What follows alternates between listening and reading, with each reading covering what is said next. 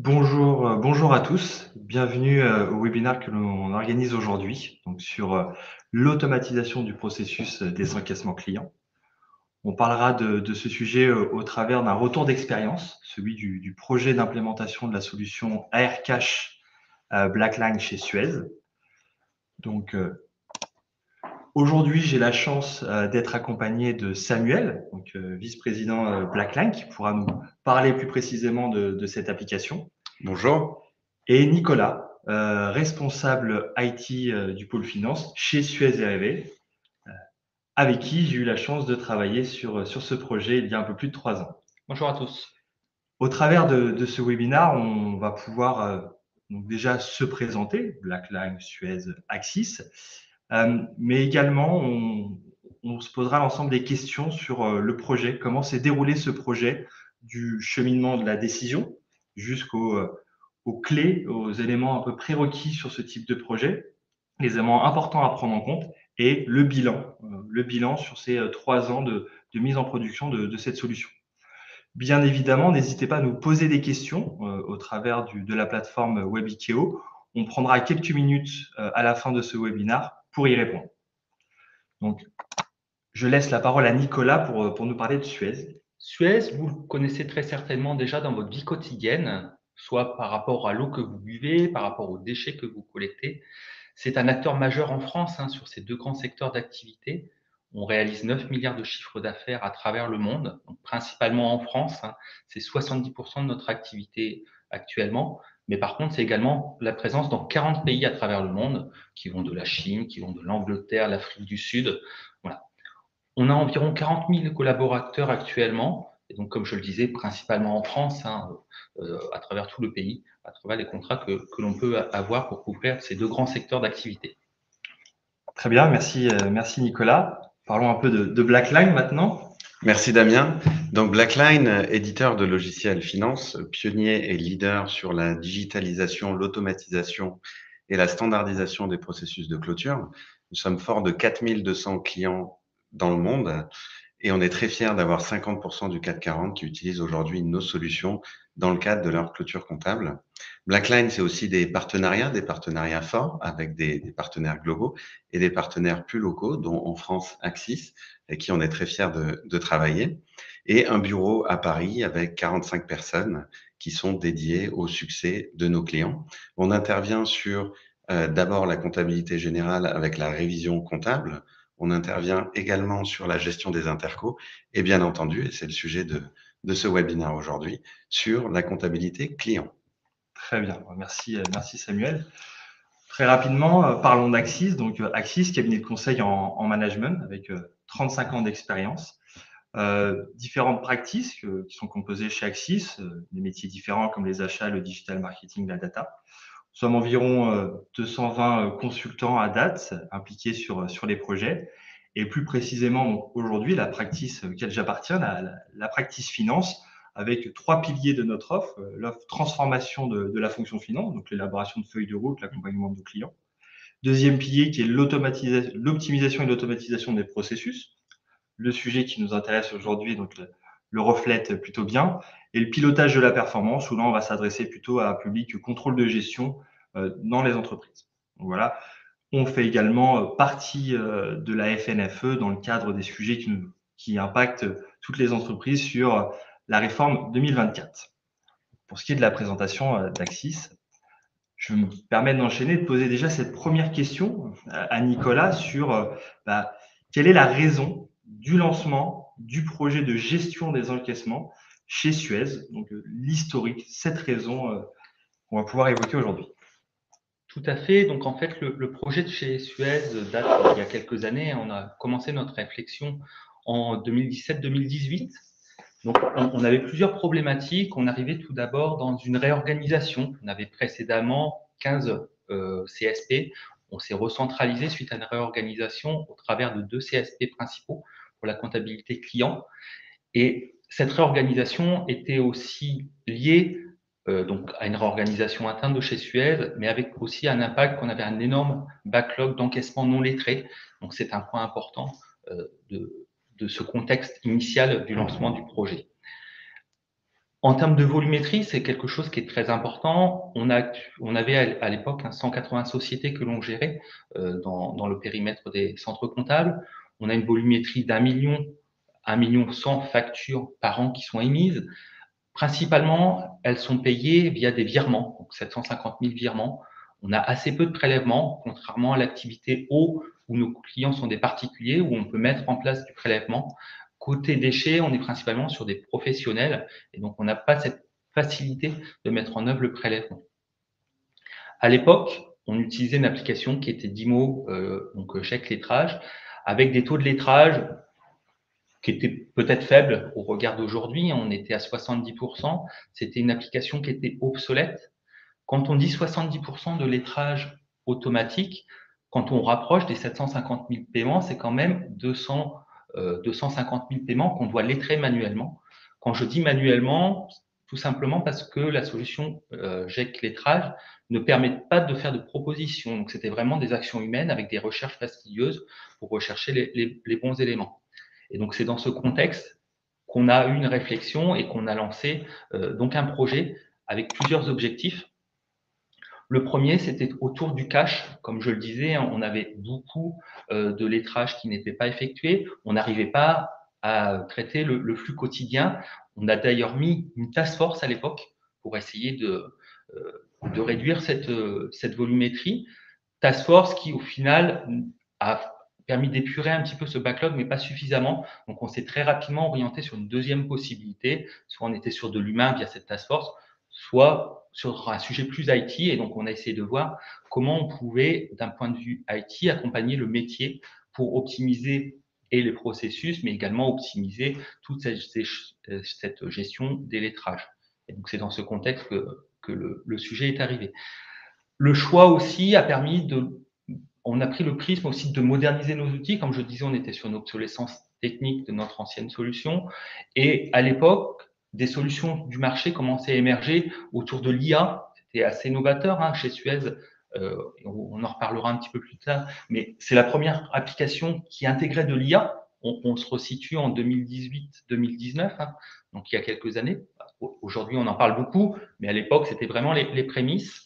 Et ça a permis aussi, on s'est donné comme objectif de plus d'efficacité des processus, bien évidemment les processus de lettrage qui pâtissaient des taux de lettrage, mais aussi des processus beaucoup plus globaux avec le recouvrement. Le fait de ne pas lettrer les comptes clients, en fait, on relançait nos clients. Donc, l'image de Suez était parfois dégradée. Le client nous disait, mais on vous a réglé il y a quelques semaines. Et en fait, on n'avait pas l'information.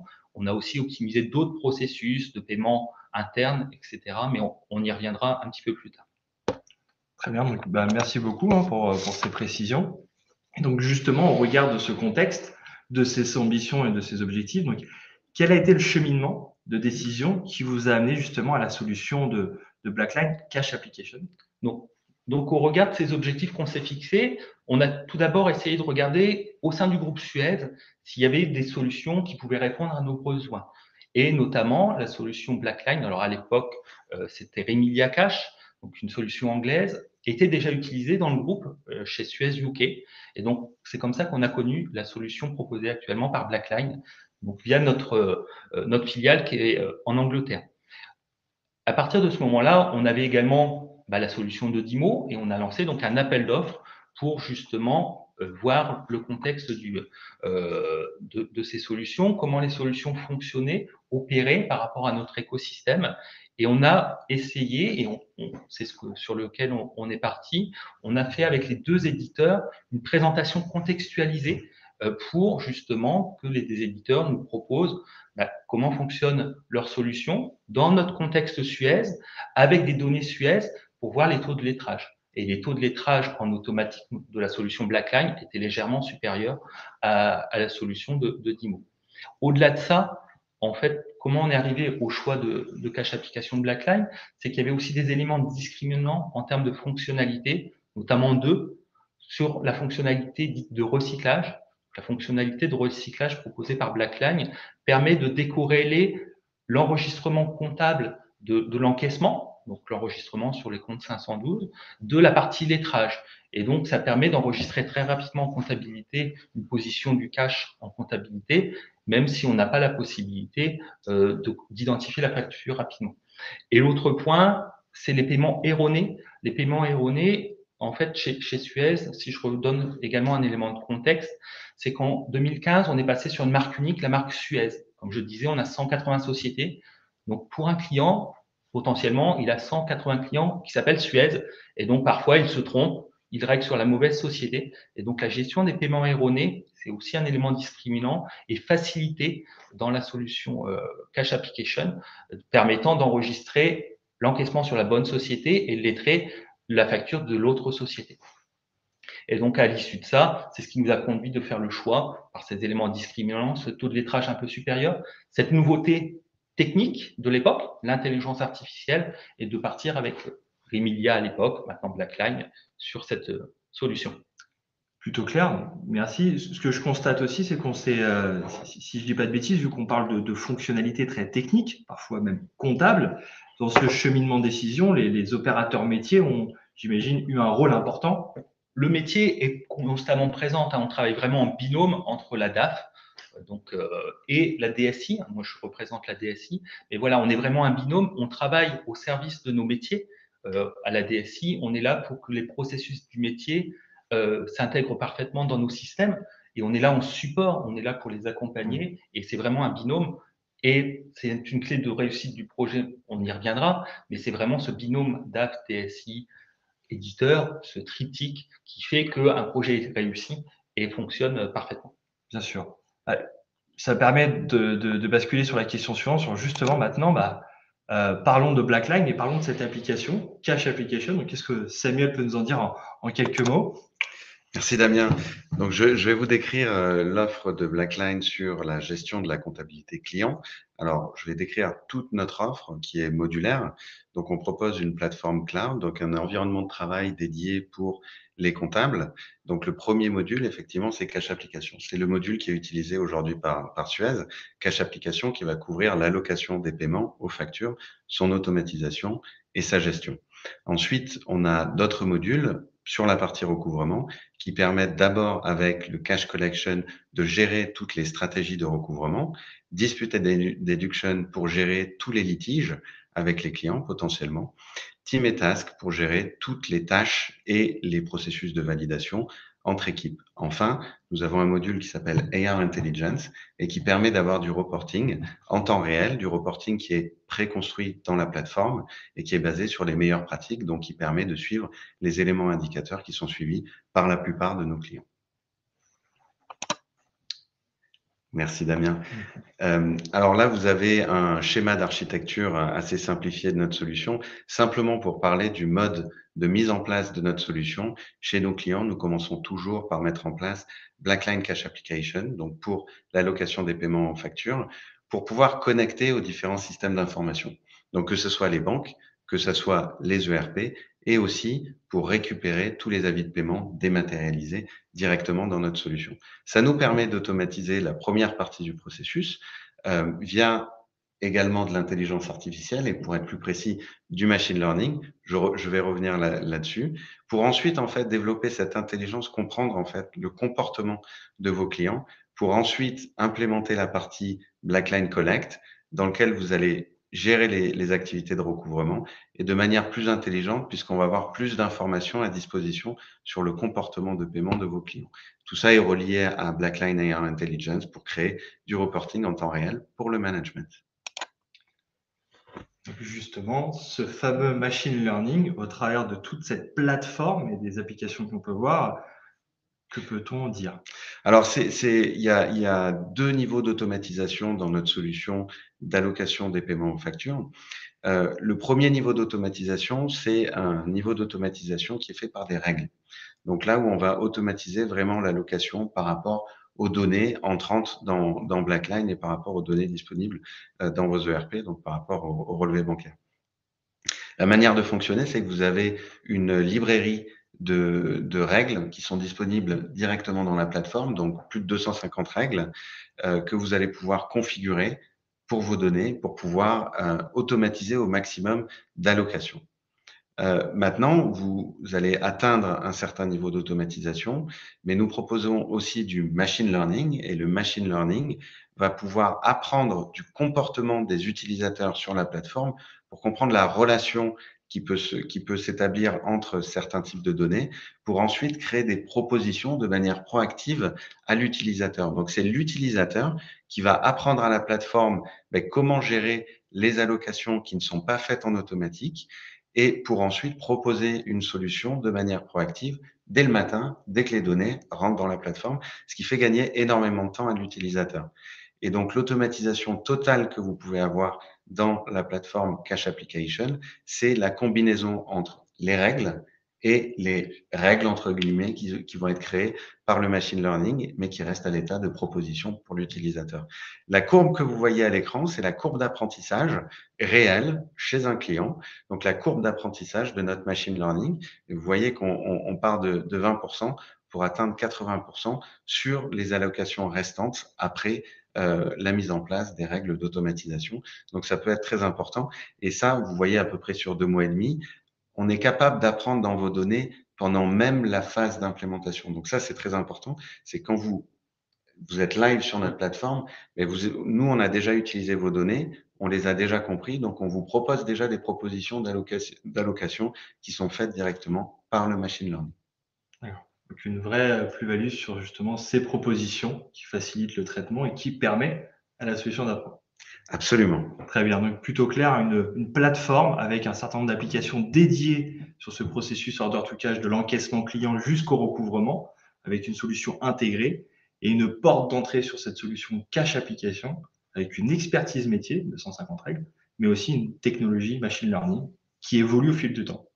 Qui évolue au fil du temps, et je pense que Nicolas, c'est quelque chose, tu vas revenir dessus, mais ça permet aussi aux utilisateurs d'être moteurs de la technologie, et ce qui garantit une meilleure adoption. Donc, c'est vraiment une technologie au service de l'utilisateur. Tout à fait. Moi, l'image que je prends, c'est que l'utilisateur est le professeur de la machine. Donc, c'est un véritable acteur, c'est l'acteur principal. La machine est en support pour faciliter les choses et que l'utilisateur se recentre sur des tâches de plus de valeur ajoutée, mais on va y revenir. Et donc, justement, une fois qu'on a compris qu'on a cette application, une organisation qui a été présentée par Nicolas chez Suez, donc, quels facteurs, on pose la question à Nicolas, quels facteurs ont joué un rôle essentiel dans le succès de ce projet? Alors, on a les facteurs clés classiques, d'une bonne gestion de projet, un bon accompagnement, un bon binôme entre le métier et la DSI, justement, pour que le métier soit engagé, que la DSI soit engagée, qu'on travaille conjointement. Par contre, il y a également, c'est ce que vous disiez Samuel, sur la recette, c'est déjà un premier point de succès de ce projet, c'est que la recette s'est très bien passée, mais surtout c'est que la machine a commencé à apprendre dès les phases de recette, et ces règles et cet apprentissage a été retranscrit directement en production. Donc, dès qu'on est passé en live, on avait déjà un taux d'apprentissage qui était important. Et donc, c'est déjà un premier facteur. Ça permet de se recentrer vraiment sur de nouvelles activités d'un point de vue utilisateur. Un autre élément clé, comme on disait, la plateforme est interconnectée avec d'autres systèmes, notamment les relevés de compte, les postes non soldés qui viennent de nos ERP. Et donc, cette phase d'intégration qu'on a traitée dès le départ, qu'on a sécurisée, a permis de lever tous les risques au moment où on est passé en live et que ce ne soit pas un sujet. C'est un point quand même qui est important à l'intégration, qui n'est pas à négliger, parce qu'au final, ça permet de recentrer très rapidement sur l'activité même et les fonctionnalités de l'application. L'autre point clé, et on y en a déjà un petit peu parlé, c'est la conduite du changement. On se resitue un petit peu dans le contexte, on est en 2019. 2019, comme je le disais, l'intelligence artificielle, c'est les prémices, c'est les prémices chez Suez, c'est les prémices dans beaucoup de sociétés. Et donc, il fallait démystifier ce sujet. Aujourd'hui, on parle de ChatGPT, on parle de beaucoup de systèmes. Les gens commencent à intégrer ce machine learning, cette intelligence artificielle, mais à l'époque, pas du tout. C'était la machine va prendre mon travail, je vais être viré si je simplifie. Alors que pas du tout, c'est l'image que je prenais. La machine est là en support, elle est là pour apprendre et l'humain, l'utilisateur est vraiment là pour accompagner la machine, pour l'éduquer. Si l'utilisateur fait des opérations incohérentes, la machine reproduira les mêmes. Elle fait du mimétisme machine learning. Donc, c'est vraiment important que l'utilisateur se sente impliqué, se dise pas, mais je confie tous les clés à la machine. Donc, et pour cela, donc on a fait des séminaires d'acculturation autour de l'intelligence artificielle. Peut-être qu'aujourd'hui, ça se passerait peut-être différemment parce qu'on n'est plus dans le même contexte, mais dès le départ du projet, hein, donc bien avant, 6 mois, 1 an avant le démarrage live, on avait fait des séminaires pour justement accompagner, qui était un vrai risque qu'on avait identifié, ce changement. Et le dernier point clé, en fait, c'est vraiment la phase, c'est au moment du déploiement, où on a fait du déploiement sur mesure, justement en accompagnement des utilisateurs, parce qu'on était sur des nouvelles technologies, des nouvelles applications, où on a déployé sur site. Donc, on avait prévu 4 vagues de déploiement. Au final, ça s'est tellement bien passé qu'on a raccourci, on est passé en 3. On a été plus vite que prévu, parce que ça se passait très bien. Voilà, en synthèse, les grands facteurs qui ont fait que ce projet a été une réussite et il est toujours. Et je me permets de continuer justement sur ce questionnement parce que pour avoir vécu ce projet avec Nicolas, il y a aussi un point qui a été important, c'était cette implication forte du métier parce qu'on a tendance toujours à aborder ces projets comme des projets d'implémentation purement technique, mais on parle d'une solution experte d'un processus métier. Donc, l'engagement du métier était un facteur clé de succès, mais également la réflexion sur la révision de certains processus ou procédures même comptables qui amenaient ce projet. Le processus classique de lettrage d'une facture, d'un règlement, fondamentalement, il ne l'a pas changé. L'outil était là pour l'accompagner. Mais comme je disais, dans les éléments différenciants, il y a 2 éléments, hein. C'est les paiements erronés et les recyclages. Et c'est vraiment là où les processus ont totalement changé. Sur les paiements erronés, précédemment, donc, paiement erroné, j'ai une facture sur une société Suez et un règlement qui est sur l'autre. Précédemment, en fait, on faisait des fiches navettes pour faire des virements internes. C'était très compliqué, il y avait beaucoup de papier. Et là, en fait, d'un simple clic, tout a été automatisé. Je prends ma facture d'un côté, je prends mon règlement et c'est l'automatisation et de Blackline et dans nos ERP où les règlements se font en automatique.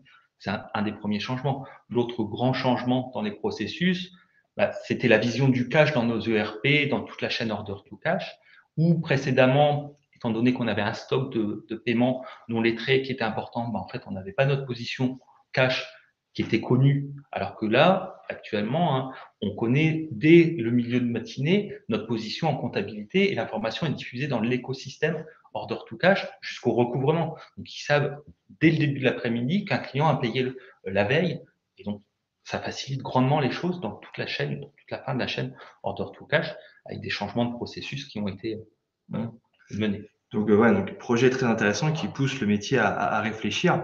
Et c'est vrai que pour commenter ce point de la recette, c'était aussi une prise de risque de la part de Suez d'accepter de prendre un peu plus de temps dans la recette, de travailler une recette avec des données de production qui va permettre justement, ce que disait Samuel, à cet algorithme de machine learning de commencer à s'enrichir des données du client pour que après, quand on part go live, on ait déjà des taux d'automatisation satisfaisants et qu'on n'ait pas des pics de charge à traiter lors du go live. Donc, élément aussi important et donc voilà, choix de pilotage du projet qui a été pris. Et si je peux me permettre, c'est d'ailleurs ce qu'on recommande à tous nos clients.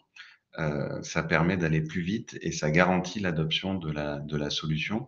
Et vous avez un retour sur investissement qui est quasiment immédiat. C'est-à-dire au go live, retour sur investissement direct. Parce que c'était une crainte de l'époque. Comme je disais, on avait 70% de taux en automatique. On s'est dit, on va mettre une solution, on va baisser, il va falloir qu'on mette en place de nouvelles task force. On en avait déjà pour l'historique. Donc, en plus, on s'est posé la question, est-ce qu'il n'y en faut pas des nouvelles pour le changement d'outils? Et au final, on est très vite atteint le taux de 70% dès le démarrage.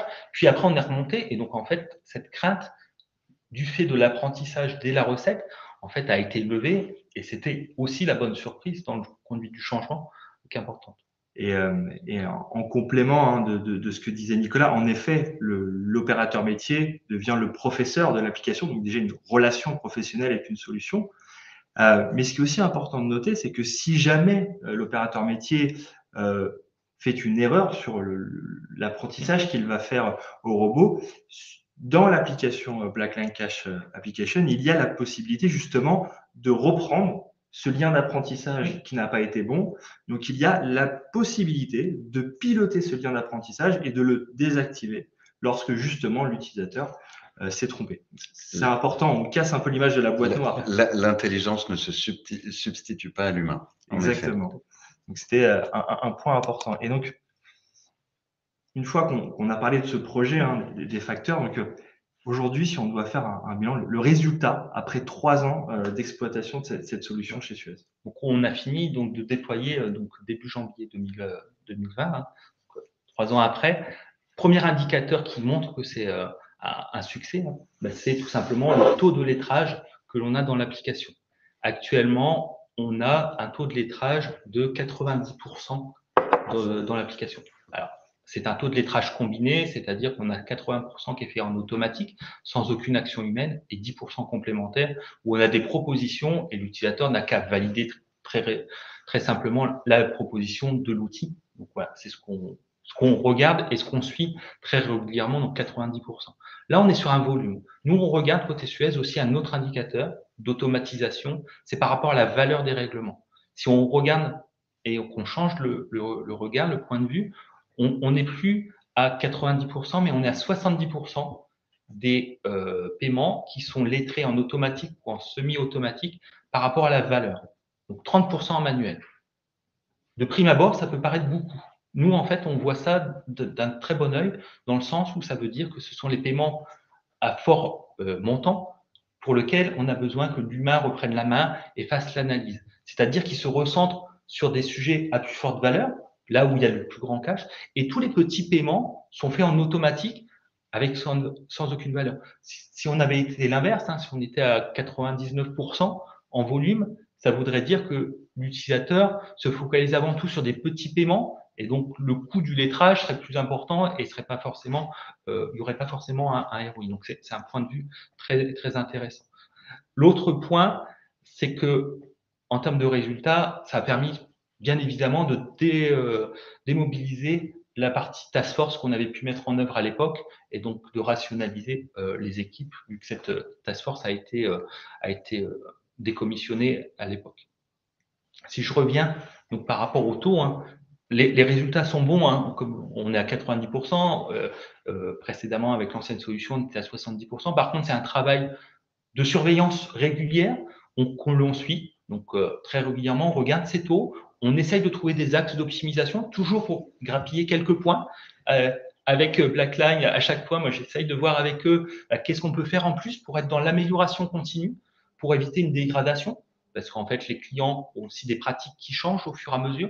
Donc, il faut vraiment surveiller, piloter ces indicateurs, les regarder s'il n'y a pas de dégradation par société, par client, et pour justement garantir ces résultats dans la continuité.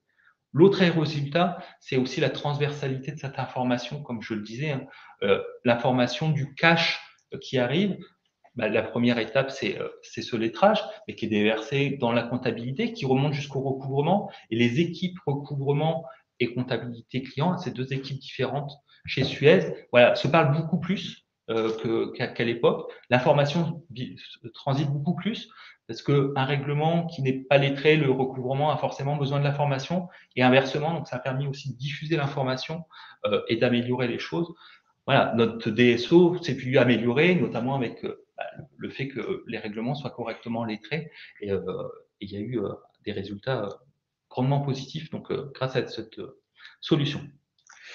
Je pense que c'est un élément qui est très important, comme je l'ai présenté tout à l'heure sur notre méthodologie d'implémentation, de commencer par l'allocation des paiements pour ensuite s'intéresser au recouvrement. Parce qu'il y a un lien, bien sûr, entre les deux activités, même si, bien souvent, dans des grandes entreprises, c'est pas forcément les mêmes équipes. Il y a un lien entre les deux activités et le recouvrement va se nourrir, en fait, de la qualité de l'allocation des paiements et du comportement de paiement des clients. Voilà. Donc, ça permet aussi de comprendre le comportement des clients pour ensuite avoir des stratégies de recouvrement qui sont adaptées et plus efficaces. C'est vrai que c'est l'avantage, c'est que la performance de la solution AR, donc Cash Application, va venir alimenter AR Intelligent, Collect sur le recouvrement pour justement que ce machine learning soit généralisé sur l'ensemble des modules.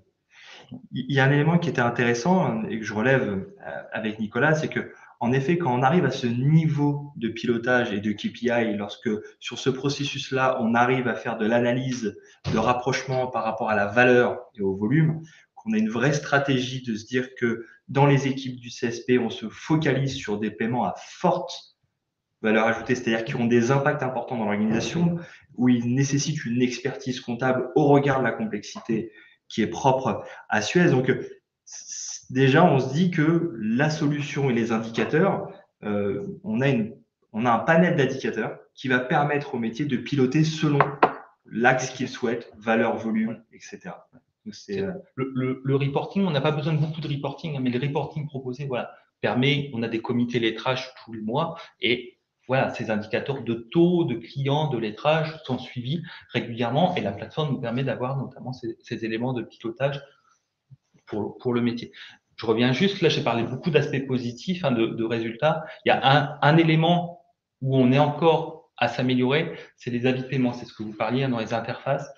On les exploite très peu actuellement dans l'application. On les exploite pour les paiements internes, donc interco, parce que ça transite notamment vers la plateforme. Hein, il n'y a pas une gestion dans nos ERP des intercos. Donc les intercos, on récupère tout en automatique. C'est assez facile parce qu'on est sur des fichiers structurés. Sur les avis de paiement qui nous sont transmis par mail, on les exploite beaucoup moins. Donc c'est un axe de progrès sur lequel on a encore pour justement continuer à grappiller quelques points et atteindre un taux beaucoup plus élevé. De toute façon, c'est toujours l'objectif aussi de nos projets, c'est la possibilité de l'amélioration continue. Et si on est déjà amélioré dans la perfection, c'est que on est déjà pas mal. Mais bon, mais c'est tout le sujet des plateformes cloud, hein, des applicatifs métiers, c'est de pouvoir améliorer le processus avec l'aide de la solution. Et donc les retours des clients. Dernière question, Nicolas, toujours. C'est-à-dire que maintenant, le bilan, au regard de ce contexte qu'on a posé, du projet, de ce qu'on a pu tirer comme résultat, voilà, une question tournée sur feriez-vous les mêmes choix, donc, au regard de tout ce parcours projet que vous avez traversé? On réalise, je vais prendre le retour que j'ai du métier, hein, parce qu'en fait, à la DSI, on travaille pour eux, on réalise très régulièrement des clubs utilisateurs où on réunit nos utilisateurs. Et quand on leur pose la question, mais qu'est-ce qui ne va pas dans l'application Éclat? Qu'est-ce que vous feriez autrement? Qu'est-ce que vous avez besoin comme accompagnement, comme processus? La réponse est assez simple, c'est pas grand-chose.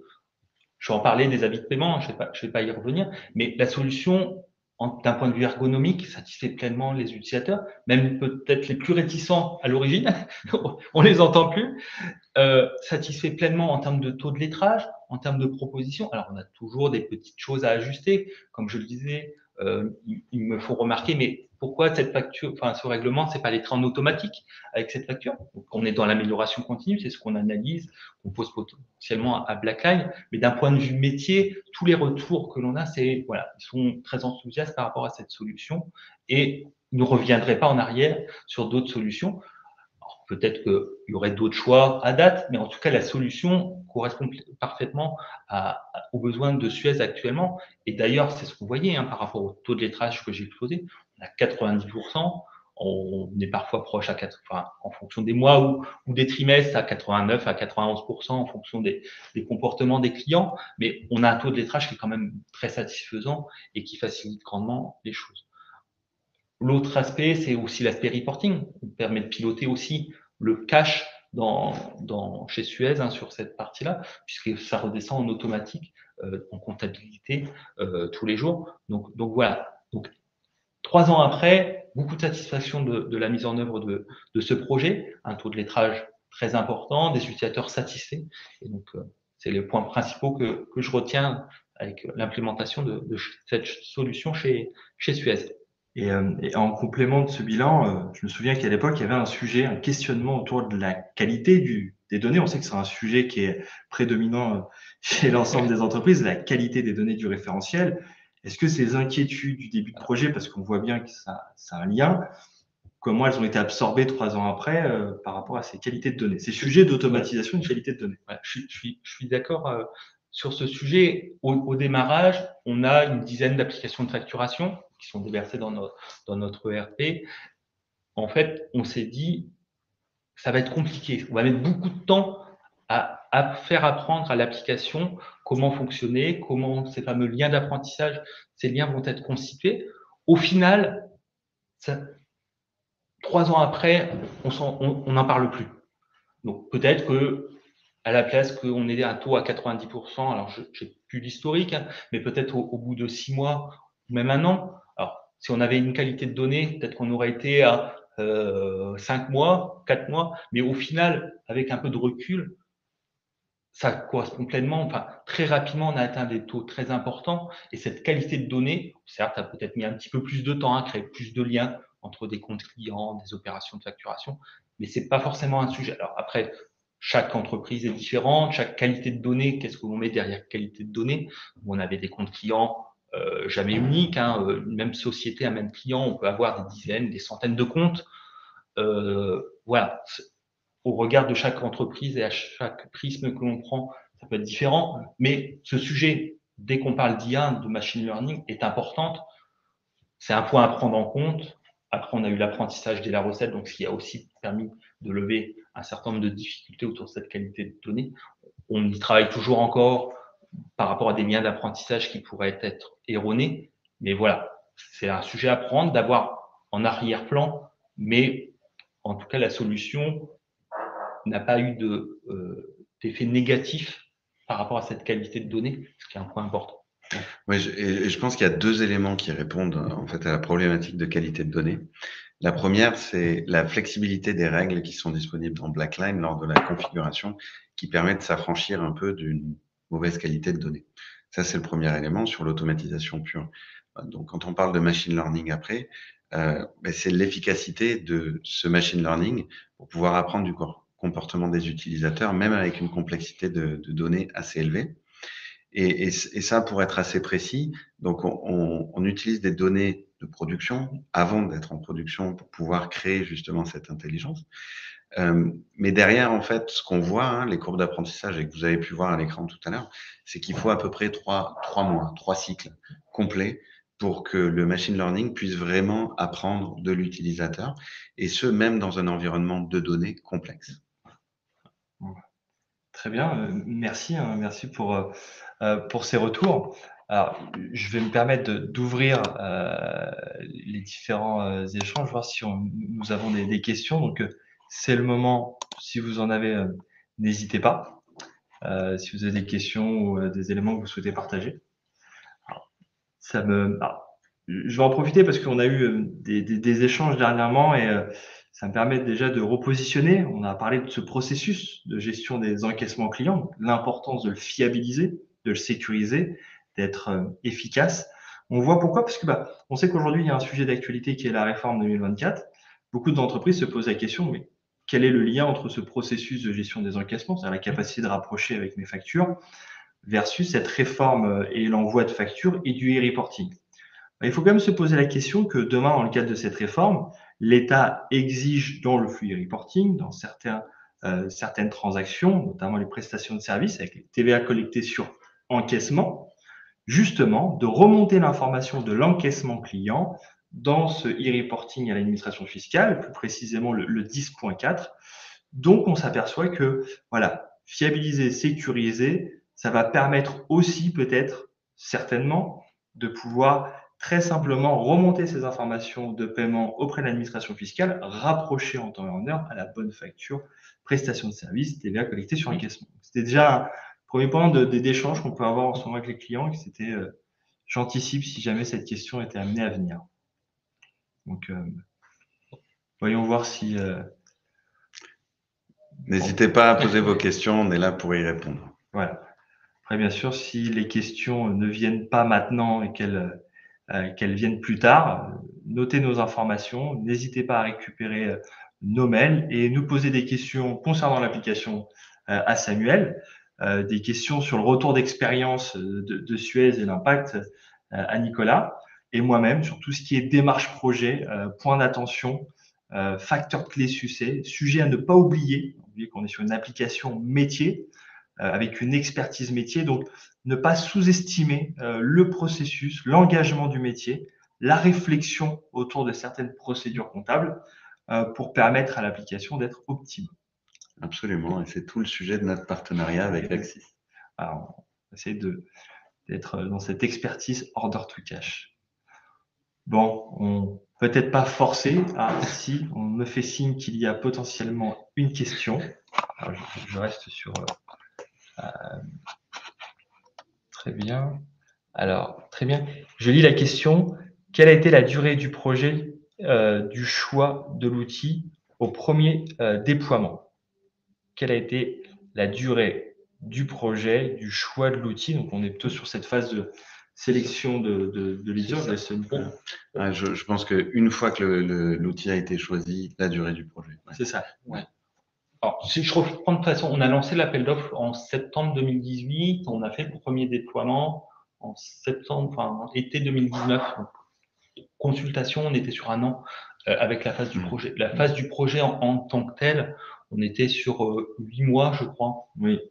Voilà, sur tout le volet. Alors, ça peut paraître long, hein. On peut se dire, on est une application en mode SaaS, sur étagère, on paramètre 2-3 flux, on paramètre quelques règles, et en fait, c'est disponible. Par contre, oui, ça peut être vrai si on veut faire de façon très simpliste ce projet. Nous, côté Suez, on a aussi fait le choix d'automatiser de nouveaux processus, nos paiements erronés, le cash. Donc, on a eu cette réflexion. On s'est fait accompagner, notamment avec Axis, sur ce sujet-là. Donc, revue des processus. On a aussi automatisé de nouveaux flux.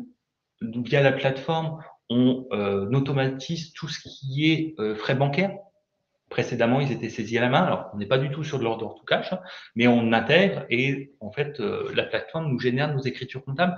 Donc, il y a eu toute une phase de réflexion, de refonte des processus, de refonte de la solution, de paramétrage des règles également. Comme on disait, il y a l'apprentissage, mais il y a aussi les règles. Qu'est-ce qu'un numéro de facture? Comment je rapproche tel paiement avec tel autre paiement? Aussi du paramétrage et de la réflexion autour de ces sujets. Et après, bien évidemment, il y a une phase de recette qui a duré quelques mois pour justement, avec le métier et la DSI, qu'on valide l'intégration dans nos SI et qu'on valide également le fonctionnement de l'application avec les bonnes règles, que cela fonctionne bien. Vous parliez de cycle d'apprentissage. On a fait plusieurs jeux d'essai pour vérifier qu'on avait une progression du cycle d'apprentissage. Donc voilà. Donc un projet global hors déploiement, on va dire d'1 an, plus recentré, plutôt sur 8 mois, donc pendant cette période. C'est ça qu'il y a eu un vrai sujet métier, il y a eu un vrai volet métier. Donc, on pense à ce projet. Il y a le projet a commencé avec cette réflexion, cette spécification métier.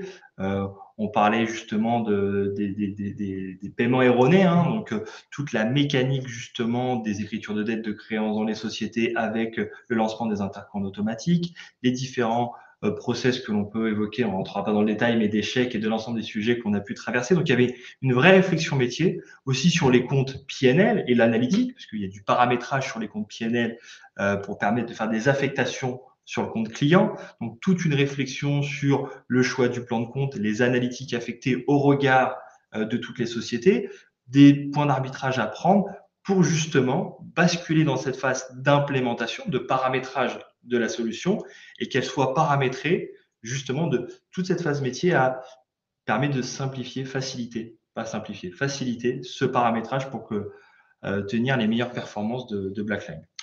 Oui, si je peux rajouter un point, si on parle de l'aspect technique de la configuration ou du paramétrage de la plateforme, nous, on est à peu près sur une durée de 3 mois en mode projet avec nos clients. Donc forcément, vient se rajouter aussi la gestion du changement et la gestion du processus. Exactement.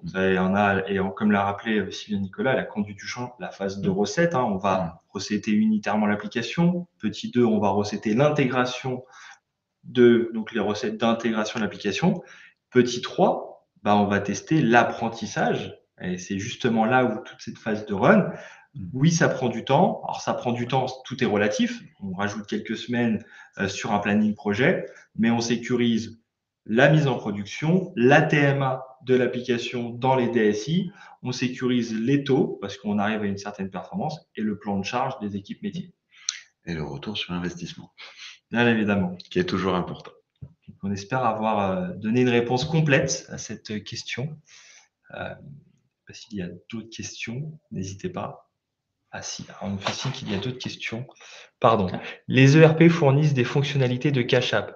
Quels avantages, quels les avantages d'une solution tierce? Je peux peut-être faire un premier élément de réponse. En effet, les ERP du marché proposent des solutions de cash application. Bien évidemment, il y a une réflexion à se poser mener un benchmark des solutions du marché et comprendre quelles sont les fonctionnalités qui vont être positives dans l'écosystème, dans votre écosystème. Bien évidemment, ces solutions ERP, leur métier, c'est d'être ERP. Ces éditeurs, c'est de créer des ERP. Viennent se rajouter des fonctionnalités de cache. La distinction, c'est il y a du paramétrage. C'est conditionné sur des règles qu'il va falloir paramétrer. Là où c'est un peu plus compliqué, c'est ces nouvelles technologies qui vont permettre de favoriser du rapprochement lié à du machine learning. Et donc, tout est dans la performance et donc dans l'automatisation. Vous allez atteindre des taux plus importants au regard des technologies, des règles métiers spécifiques à ce processus-là, qui va permettre au regard des ERP d'avoir une performance un peu plus puissante. Donc, et notamment chez nous, chez Suez, hein, l'ERP qui était très vieillissant, on a d'ailleurs depuis un projet en cours pour le remplacer, ne proposait pas justement de solution de cash app. Hein. Donc c'est d'ailleurs pour ça qu'on a sollicité donc, Blackline. On serait sur du SAP, hein, notamment c'est le projet qu'on a actuellement. Donc il y a des connecteurs, enfin, si je ne me trompe pas, donc, avec cash app. Et donc on va conserver parce qu'on a un historique, mais la question, on aurait ouvert la porte aussi 3 ans plus tôt si on avait eu SAP, à d'autres solutions directement dans SAP qu'on aurait étudiées. Voilà. Ok, merci. Une deuxième question sur est-il possible, s'il vous plaît, de revenir sur le machine learning afin de bien comprendre comment elle fonctionne? Je propose peut-être un premier élément de réponse et je laisserai Samuel compléter. Je vais essayer de plutôt être très métier, très fonctionnel. Pour faire simple, le lien d'apprentissage, il va se baser sur le nom du payeur que l'on aura sur le relevé bancaire, quel que soit le format, MT120, MT940, et j'en passe. Donc, sur le nom du payeur du relevé bancaire qui va rentrer dans Blackline et le compte client sur lequel j'ai l'ensemble de mes PNS, de mes postes non soldés. Donc, l'algorithme de machine learning va commencer son lien d'apprentissage à partir de là. Premier lien où je vais rapprocher des factures. Mon compte client peut s'appeler, je peux dire n'importe quoi, Axis Consultant dans mon ERP, mais quand Axis Consultant me paye, dans le relevé bancaire, j'ai AX4. Allez savoir pourquoi, ça arrive.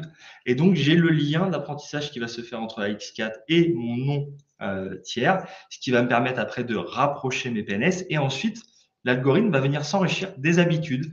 Alors, tout un tas de données, c'est là où c'est le savoir-faire de Blackline, avec les dates d'échéance, etc., les montants. Et c'est là où l'algorithme va commencer à faire le lien et être en capacité, parfois, de rapprocher, alors je dis parfois, de rapprocher, on l'a vu, des paiements sans numéro de facture avec la bonne facture. Voilà, le lien d'apprentissage va permettre de rapprocher un paiement d'un client avec une facture, même s'il n'y a pas le numéro de facture dans le libellé du paiement, grâce à l'ensemble des règles. Je ne sais pas si j'ai bien… Oui, tout à fait. Et c'est sous forme de proposition, encore une fois. Donc, il n'y a pas c'est pas une black box. Donc, c'est toujours sous forme de proposition à l'utilisateur qui va bien valider que ce que propose l'outil via le machine learning est correct. Donc, il y a toujours un utilisateur qui est en contrôle. Voilà. C'est peut-être ce que je voulais rajouter. Après, c'est une conversation qui est plutôt technique, mais c'est vraiment la technologie au service de l'utilisateur. C'est vrai que je pense que parfois vous organisez justement des démos où vous pouvez rentrer plus Absolument. dans le détail sur ce sujet-là auprès, si jamais vous êtes intéressé, contactez Samuel. Absolument. Il y a une question de Mathieu. Donc, quels impacts sur le plan des comptes, sur le plan de compte, s'il vous plaît? Alors, en effet, sur ce qu'on a évoqué. Alors, très, très rapidement, hein, si on prend le plan de compte général, aucun impact, on réutilise les mêmes comptes. En fait, la solution va automatiser l'enregistrement des écritures comptables, mais sur les comptes que l'on paramètre, hein, il y a tout un volet de paramétrage du plan de compte. Donc, c'est transparent. Voilà, c'est dans la phase de conception que l'on définit ce plan de compte. Sur le plan de compte analytique, nous, on a fait le choix côté Suez. Je pense qu'on pourrait travailler différemment. On a fait le chois d'homogénéiser et d'avoir un plan de compte unique sur l'ensemble de nos sociétés. C'était aussi un avantage, un changement, parce que ce n'était pas le cas précédemment. Donc, on a uniformisé le plan de compte analytique quand on enregistre des écritures de PNL. Mais voilà, mais globalement, la solution s'adapte aux besoins des clients. En tout cas, nous, d'un point de vue Suez, on n'a pas changé nos plans de compte, ni compte gêné, ni compte analytique. Voilà, la solution a pris en compte nos besoins et les a paramétrés pour répondre à nos besoins. Ah, absolument, et c'est ce qu'on fait pour tous nos clients. Et c'est important ce que disait Nicolas, parce que en effet, on parle bien du plan de compte et des PNL là qui, pour le coup, c'est du paramétrage, récupérer le plan de compte de l'ERP, le paramétrage du plan de compte, dans le détail on va parler groupe de Satunote qui va concerner le paramétrage technique de l'analytique du plan de compte. Ce qui est évoqué justement sur l'analytique, il y a eu un choix qui a été fait pour justement favoriser l'organisation, donc l'intégration de la solution auprès des équipes métiers. C'est bien évidemment sur un compte PNL, j'ai mon analytique, j'ai un certain nombre de sociétés importantes. Si par contre j'ai une analytique différente, en effet, dans les affectations code client, je viens démultiplier dans mon menu déroulant mes affectations sur compte client parce que j'ai des analytiques différents. Ce choix d'optimisation que Suez a opéré lors le projet a simplifié, facilité. Aujourd'hui, je ne pense pas que le contrôle de gestion ou autre se plaint de ce changement, bien au contraire. Donc, pas d'impact sur le plan de compte. Une réflexion, ceci dit, sur l'analytique de ces comptes PNL. J'espère avoir bien répondu à ces questions. S'il y en a d'autres, n'hésitez pas. Profite de boire un peu d'eau en attendant que d'autres questions arrivent. Ah, je crois que ça... Alors, Christophe, pourriez-vous rappeler comment le lettrage dans BL redescend dans le RP via SAP connecteur, etc. Merci. Oui, absolument. Nous avons développé un connecteur spécifique avec SAP qui nous permet en fait d'être en synchronisation avec SAP pour faire redescendre ou remonter les informations de lettrage, donc ce de manière automatique. Donc on est capable d'établir ce lien pour un posting, voilà. D'ailleurs ce qui est fait chez vous. Voilà. Après, nous, on n'avait pas SAP à l'époque, hein, on a le projet qui est en cours. On était sur une interface classique, hein, un fichier plat, où on a voilà, une brique technique qui a donc vous transmettez les éléments de lettrage, on a remis au format entrant, mais voilà, on a tous les éléments pour la comptabilisation et pour le lettrage qui sont disponibles dans des formats standards.